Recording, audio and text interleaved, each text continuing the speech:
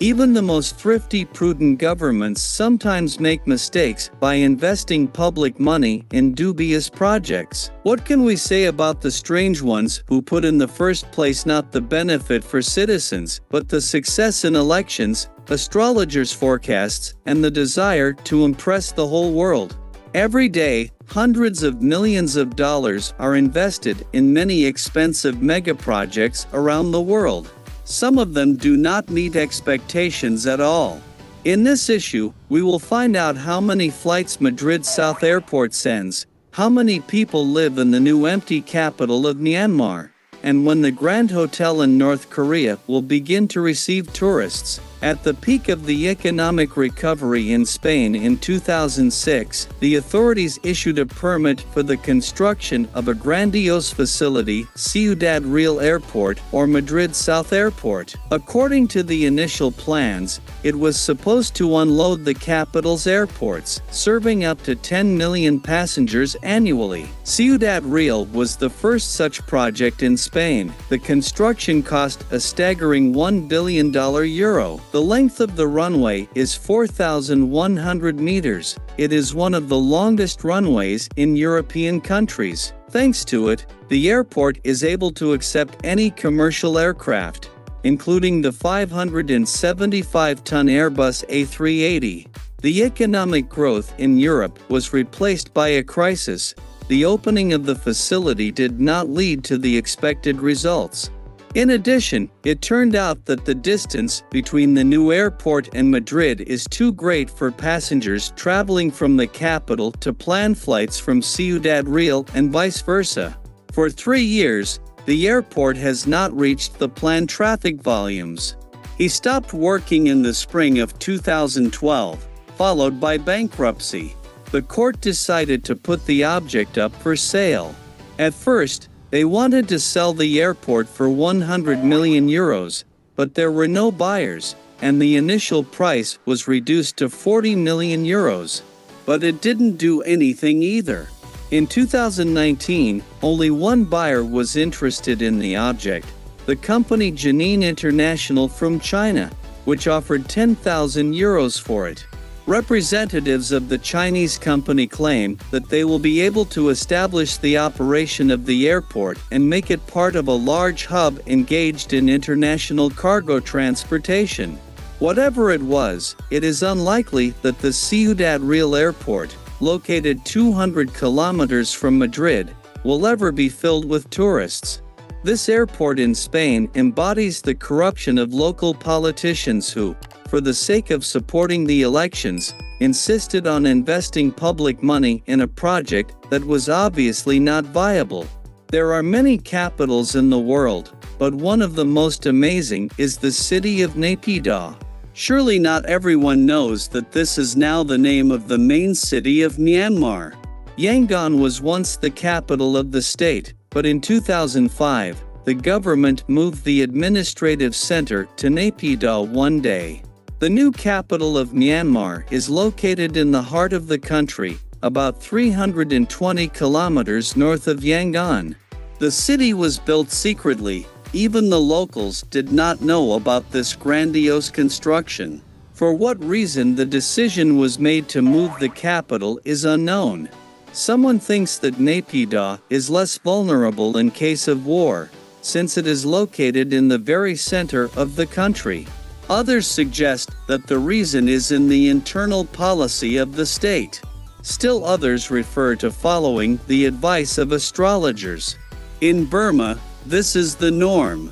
According to astrological forecasts and the belief of the country's leadership in lucky numbers, at 11 a.m. on November 11, 2005, 11 battalions transported the property of 11 ministries to Naypyidaw, the name of which translates as the Abode of Kings, on 1,100 military trucks. The authorities have invested almost $5 billion in creating a modern city on the site of a small village and are making every effort to attract people, diplomats, businessmen, residents, tourists here. But, despite all the efforts of Naypyidaw, it is practically a ghost town. The number of residents here does not exceed 1 million, according to official data. Some believe that there are not even 925,000 declared people living in Naypyidaw. The scale of this completely realistic settlement, with an area of about 4,800 square kilometers, which is 6 times larger than New York, is amazing. Everything looks super grand.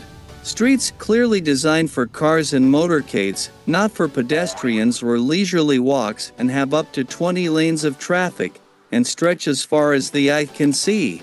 Rumor has it that these grand boulevards were built so that planes could land on them in case of anti-government protests or other riots. There is a safari park, a zoo with an air-conditioned penguin habitat, and at least 4 golf courses. Unlike most of the country, there are no problems with electricity here.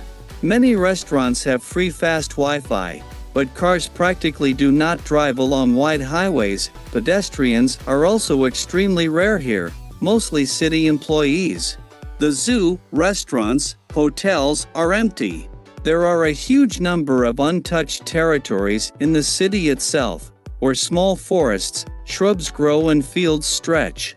Perhaps the decision to move the capital to the interior of the country was made with the best intentions. However, it turned out that huge public money was spent on the construction of a useless empty city.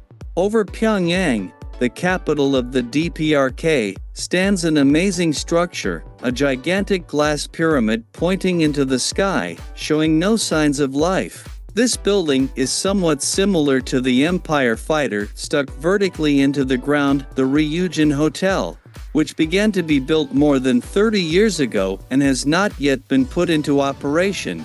Journalists who have nicknamed the Hulk a doomed hotel regularly included in the ranking of the ugliest buildings in the world. It entered the Guinness Book of Records as the highest empty building on the planet.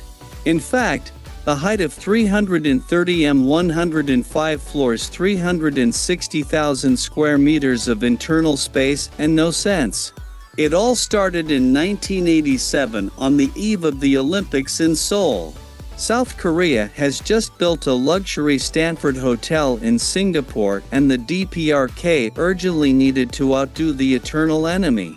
We decided not to trifle and build the tallest hotel in the world, whose appearance will awe foreigners. The construction of the building fully corresponded to the plan. The arrow is a pyramid of 3 concrete wings, geometrically converging at one point and topped with a massive rotating cone.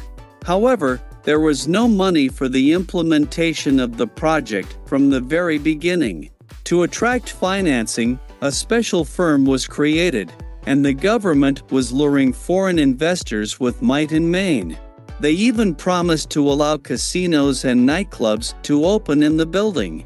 The unfinished hotel was mapped in advance. 3,000 rooms and 7 restaurants were supposed to receive visitors in time for the 13th World Festival of Youth and Students in 1989. However, the problems were not long in coming. At first, due to a shortage of building materials and other troubles, the opening was postponed, and then in 1991 the friendly USSR collapsed and a financial crisis broke out in North Korea. There was no time for hotels in the country. The construction itself was almost finished. Only windows, communications, and equipment were missing. According to estimates of the Japanese media, its construction took about $750 million, 2% of the republic's GDP. The government had to look for investments again. In 2008, the Egyptian company Ariscom Group agreed to reconstruct the skyscraper in exchange for the right to launch its own mobile network in the DPRK. The revival of the building was timed to coincide with the centenary of Kim Il-sung. Glazed the facade, installed satellite dishes, designed the interiors. In 2012, the Kempinski hotel chain announced that it would manage the renovated hotel, but quickly changed its mind under the threat of possible sanctions. The Ryujin Hotel was never able to open. Construction was once again frozen, and guards were placed around the perimeter. Now the building serves as an illustration of how you can roll 2% of the GDP of a starving country into concrete. And what do you think the governments of countries are investing billions of dollars in useless projects for?